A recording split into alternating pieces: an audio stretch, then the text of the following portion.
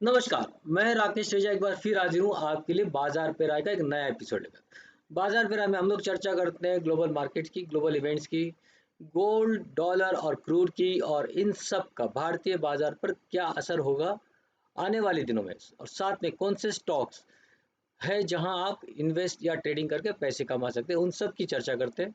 लेकिन इसके पहले कि हम आगे बढ़े, एक डिस्क्लेमर देना चाहूँगा कि मैं सेबी रजिस्टर्ड एनालिस्ट या एक्सपर्ट नहीं हूँ, तो यहाँ जो भी मैं जानकारी दे रहा हूँ वो एजुकेशनल पर्पज से है और आप इस बेसिस पे कोई भी डिसीजन लेने से पहले अपने फाइनेंशियल एडवाइजर से ज़रूर सलाह लें या फिर अपने स्वयं के रिस्क पे लें। दूसरी बात मैं फिर कहना चाहूँगा कि अगर आपको इस जानकारी से कोई फ़ायदा हो रहा है, आप अच्छा ट्रेड कर पा रहे हैं और आप पैसे बना पा रहे हैं, तो कमेंट कीजिए। अगर कोई आपको सुझाव है तो भी कमेंट कीजिए और लोगों के साथ में इस जानकारी को शेयर कीजिए, लाइक कीजिए और अगर आपने अभी तक सब्सक्राइब नहीं किया चैनल को तो सब्सक्राइब कीजिए। तो आगे बढ़ते हैं और बात करते हैं ग्लोबल इवेंट्स की। तो पहली इवेंट्स ये थी कि एक अमेरिकन जो लेबर डेटा था जिसका काफ़ी इंतज़ार था, वो इस बार आया और वो वहाँ हमने देखा कि उम्मीद से कई ज़्यादा नौकरियाँ इस बार मतलब लोगों को मिली हैं। तो ये ग्रोथ का अच्छा मतलब सिग्नल है और तो ग्रोथ हमको यहाँ ग्रोथ का अच्छा अनुमान लगाया जा रहा है। दूसरा जो डेटा था वो है कि चाइना में अभी जो कोविड से रिलेटेड रेस्ट्रिक्शंस लगे थे वहाँ उनको उसमें थोड़ी ढील दी जा रही है और इसी वजह से वहाँ का भी मार्केट में हम लोग ने अच्छा उछाल आते हुए देखा है। और तीसरी चीज़ जो थी कि मिस्टर पावेल जो कि अमेरिकन फेड के चेयरमैन है, उनका बयान कि जो इंटरेस्ट रेट बढ़ाने की जो दर है वो अब धीमी पड़ सकती है। मतलब अब जो अभी तक हम लोग ने देखा 0.75% से जो 4 बार रेट बढ़े, अब वो उसमें अब थोड़ी सी कमी आ सकती है। अब 0.5 या 0.25 के रेट से इंटरेस्ट रेट बढ़ सकते हैं क्योंकि अब जो महंगाई है थोड़ी काबू में आना शुरू हुई है। तो उसी तरह हम लोग देखेंगे कि यूरोप में भी अब इन्फ्लेशन पे थोड़ा सा मतलब कंट्रोल आया हुआ है। तो इन सब को देखते हुए मार्केट में काफ़ी जोश है, उत्साह है और इसी जोश को हम लोग बाज़ार में प्राइस में बदलते हुए देख सकते हैं। वहाँ लोगों में अच्छा उत्साह है और बाज़ार बढ़ते हुए यहाँ नज़र आ रहे हैं। तो एक्चुअली हम लोग देखेंगे कि बाज़ार में क्या है जो बेसिकली लोगों को चार्ट पे दिखाई दे रहा है, चार्ट हमको क्या बता रहा है और यहाँ से क्या चाल हो सकती है, चाहे डाउ की या हमारे गोल्ड की, सिल्वर की, क्रूड की। और वहाँ आप क्या करेंगे, वो कौन से स्टॉक्स होंगे जहाँ आपको इन्वेस्ट या ट्रेड करके आपको पैसे कमाना है, वो सारा चीज़ हम चार्ट पे देखते हैं। तो दोस्तों देखते हैं चार्ट क्या कह रहा है और शुरुआत करते हैं डाउ जोन से। डाउ जोन ने पिछले हफ्ते एक अच्छी रिकवरी दी जब पावेल ने कहा कि रेट इंक्रीज का जो रेट है वो स्लो हो सकता है। मतलब अब जो ब्याज दरें बढ़ाने का जो स्पीड है वो अब कम हो सकता है और उसी के चलते हमने एक अच्छी रिकवरी आती देखी और जो क्लोजिंग है वो पिछले हाई के ऊपर भी आते हुए हमने देखा है। तो ये एक अच्छा शुभ संकेत है और यहाँ से मार्केट को हम लोग वापस एक नए हाई पे जाते हुए देख सकते हैं। तो डाउ जोन्स और ने हमको अच्छी एक चाल दी है वीकली बेसिस पे और यही कमोबेश हाल सभी मार्केट का रहा है। तो जो ग्लोबल मार्केट है जहाँ तक है और हांगकांग, चाइना, जापान, ऑलमोस्ट सभी जापान छोड़ के मोस्टली सभी ने एक अच्छी रिकवरी हमको पिछले वीक में दी है। जापान ने थोड़ा सा इस बारे में निराश किया है और ये जो अगर एक लेवल देखेंगे कि एक रेजिस्टेंस लेवल था वहाँ से ही ये घूम घूम के वापस आ रहा है। तो ठीक है कि जापान में थोड़ा सा इशू है बट अदरवाइज ऑल बाकी जो ग्लोबल मार्केट्स हैं वो काफ़ी पॉजिटिव है। बात करते हैं गोल्ड की। तो गोल्ड में भी एक अच्छी खासी बढ़त हमने यहाँ आते हुई देखी है और एक ये नए हाई के लिए तैयार है या ये रिकवरी मैंने यहीं से कहा था कि ये जो बॉटम बन गया है अब यहाँ से और नीचे नहीं जाना चाहिए। और उसी के चलते हम देख रहे हैं अब नया हायर हाई हायर लो बनते जा रहा है, और एक यहाँ से हम नई उछाल यहाँ से देख सकते हैं। तो अभी नेक्स्ट वीक के लिए क्या करना है आपको, नेक्स्ट वीक के लिए हम बेसिकली बाय करेंगे 53,880 के ऊपर, और टारगेट होंगे हमारे 54,900 के। नीचे अगर प्राइस गिरना शुरू होती है तो 53,540 के नीचे शॉर्ट करेंगे, और फिर हमारा टारगेट होगा 52,850 का।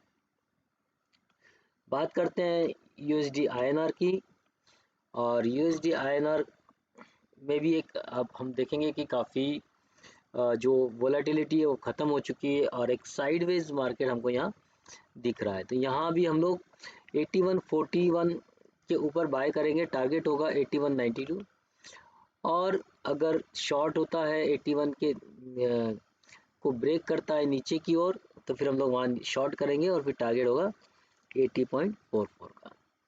क्रूड ऑयल यहाँ से एक अच्छा एक वापस से गिरावट का दौर हम लोग देख सकते हैं, या साइडवेज ही रह सकता है।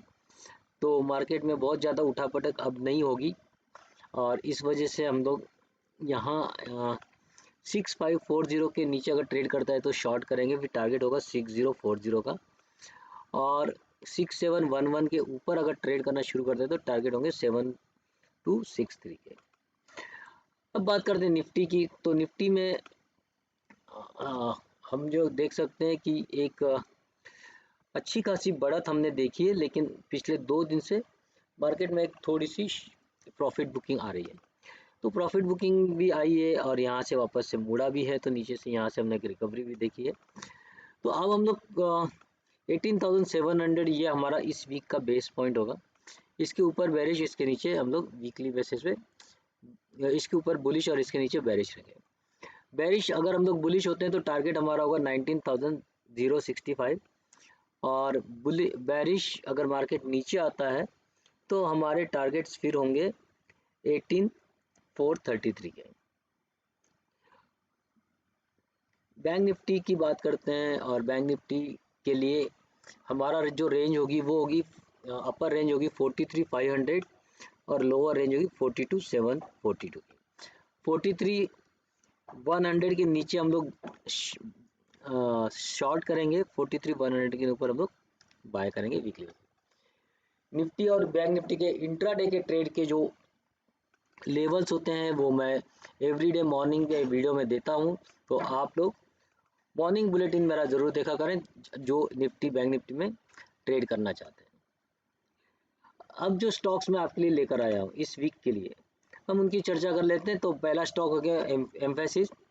एम्फेसिस अभी हम लोग ने देखा कि आईटी सेक्टर में एक अच्छी बढ़त आते हुए देखी हम लोग ने, और इसी के चलते मैंने चूज़ किया है आईटी से एम्फेसिस को हम लोग बाय करेंगे 2157 के ऊपर, टारगेट होगा 2313, और स्टॉप लॉस होगा 2119 का। आईएक्स एक कंसोलिडेशन पूरा किया है, अब यहाँ से वापस से मुझे लगता है कि इसको बाय करके चलना चाहिए। तो 150 के ऊपर हम लोग बाय करेंगे, टारगेट होगा 178 का, एक मिनट, टारगेट होगा 176 का, और स्टॉप लॉस होगा 140 का। बात करते हैं नेकोर आईटी स्टॉक झिंसर टेक्नोलॉजी। झिंसर टेक में हम लोग बाय करेंगे 236 के ऊपर, और टारगेट होगा 268, 286 और 324 के। ये 3 टारगेट्स के लिए हम लोग बाय करेंगे, और स्टॉप लॉस हम लोग रखेंगे 224 का। C8 एक बहुत बढ़िया ऑल टाइम हाई पे ट्रेड कर रहा है, और यहाँ से हमको एक नई ये चाल मिल सकती है और 20% की। तो यहाँ हम लोग बाय करेंगे 1944 के ऊपर, और फिर हमारा टारगेट होगा 2363 का। स्टॉप लॉस अगर हम लोग रखेंगे 1785 का। तो ये होगा हमारा C8। और आखिरी स्टॉक जो मैं आपके लिए लेकर आया, सॉरी, एक लोधा है, एक और स्टॉक, और लोधा में हम लोग यहाँ वापस, लोधा मतलब जो माइक्रोडॉक बिल्डर है, और इसमें हम लोग बाय करेंगे 1048 के ऊपर, टारगेट होंगे 1194 और 1390 के।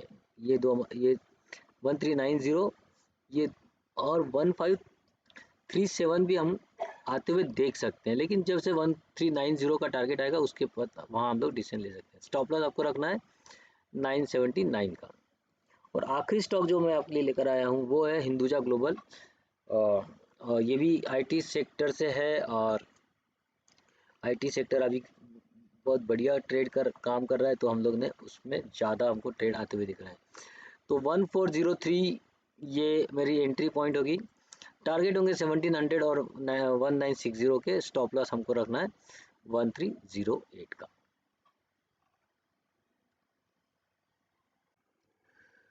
तो दोस्तों ये था इस हफ्ते का बाजार पे राय, और मैंने पूरी कोशिश की कि आपको ऑथेंटिक जानकारी पूरे एनालिसिस के साथ में आपके सामने रखूं, और कहाँ आप ट्रेड कर सकते हैं, कहाँ आपको लेवल्स का ध्यान रखना है, वो सारी चीज़ें मैंने यहाँ बताई।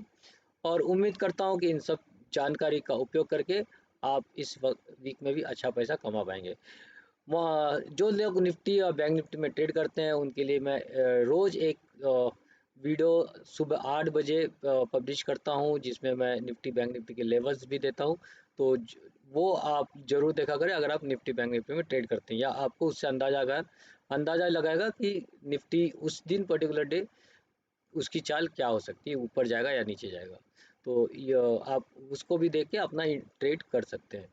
तो दोस्तों इसी जानकारी के साथ में मैं उम्मीद करता हूँ कि आपका जो अगला हफ्ता है वो काफ़ी प्रॉफिटेबल हो, मंगलमय हो, और आप काफ़ी मुनाफा कमाएं। इसके साथ मैं आपसे विदा लेता हूँ। नमस्कार, धन्यवाद।